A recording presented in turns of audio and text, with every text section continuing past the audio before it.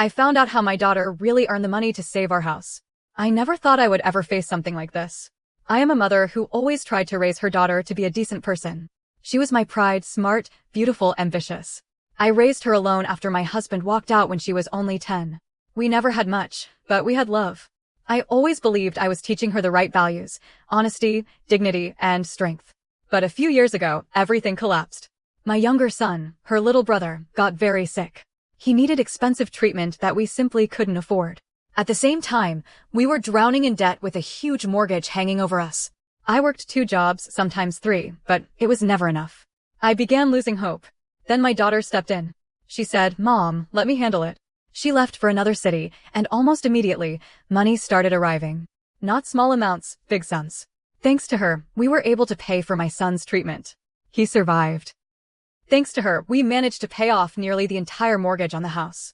For the first time in years, I could breathe again. I was so proud of her. I told everyone my daughter saved us. While other kids forget about their parents, mine sacrifices everything for her family. I imagined she had gotten some amazing job, maybe abroad, maybe in a big company. She never shared too many details, but I didn't push her. I trusted her. And then, one day, by pure accident, the truth came out. She came home to visit us and left her laptop open in her room. I didn't mean to look, but my eyes fell on the screen. Messages, pictures, conversations. It didn't take long for me to understand. My daughter wasn't working in an office. She was working in escort. I froze. My heart sank. The room spun around me. I couldn't believe what I was seeing. My daughter, the girl I raised, the one I taught about dignity and self-respect, she was making money this way. And that money had saved our family. That evening, I couldn't even look at her. She was laughing with her brother, cooking dinner, smiling so naturally. And I sat there thinking, what has she gone through? What kind of life is she living? Inside me, a war began. On one side, disgust, fear, shame. On the other, gratitude. Because without her, my son would be dead. Without her, we would have lost our home. She sacrificed herself for us. How could I condemn her? But how could I accept it?